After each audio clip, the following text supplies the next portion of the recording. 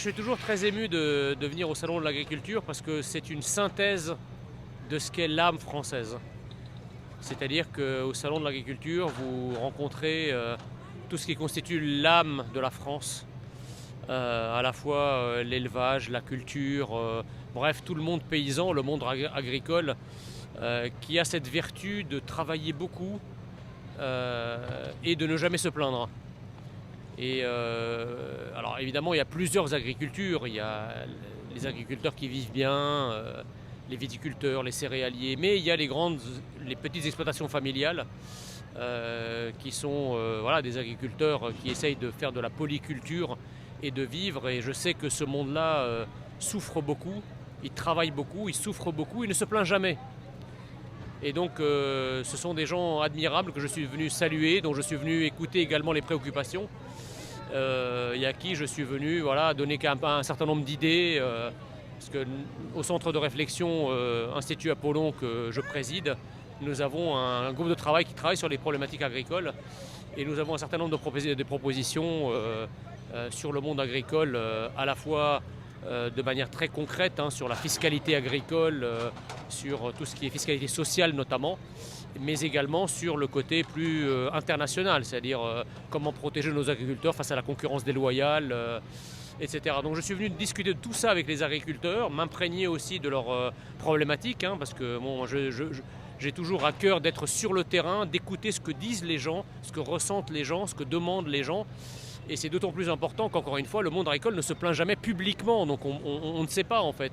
On sait qu'on a un agriculteur qui se suicide tous les 3 jours. Personne ne sait en fait pourquoi les agriculteurs se suicident. En tout cas, ceux qui font ça ne s'expriment pas.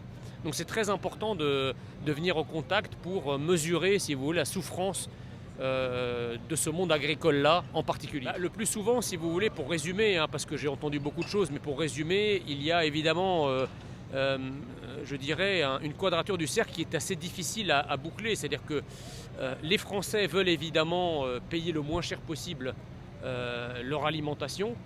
Ils sont très attachés à la qualité de l'alimentation et ils sont très attachés aussi à l'exploitation familiale.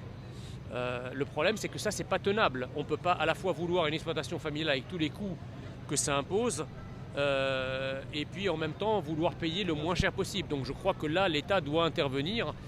Les agriculteurs m'ont aussi fait part de la concurrence déloyale qu'ils subissaient de la part de produits agricoles qui proviennent d'autres régions du monde, y compris européennes, à qui on n'impose pas les mêmes contraintes sociales, les mêmes contraintes sanitaires notamment, les mêmes contraintes environnementales, dont on importe les produits finalement, qui sont des produits qui coûtent évidemment moins cher à produire, puisque qui dit normes dit hausse de prix. Donc moins vous avez de normes, plus les prix sont intéressants.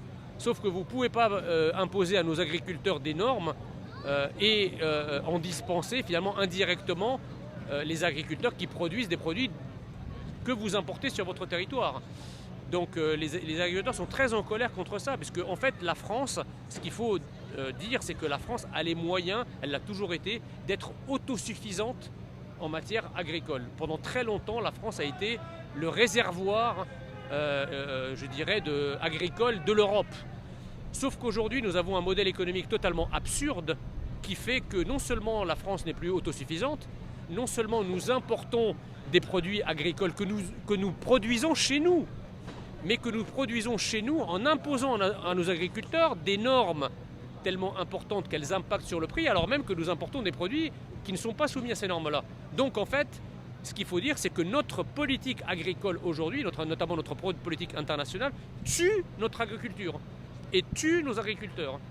Donc c'est absurde. On marche encore une fois sur la tête. Je crois un peu de bon sens ferait que nous pourrions, dans l'absolu, et si nos élites politiques et nos dirigeants politiques étaient un petit peu plus axés sur la protection des agriculteurs français plutôt que sur des préoccupations un peu plus mondialistes et européistes, nous aurions les moyens de faire en sorte que non seulement nous soyons autosuffisants sur le plan alimentaire, que nous ayons une vraie souveraineté alimentaire avec des agriculteurs qui vivent des fruits de leur travail.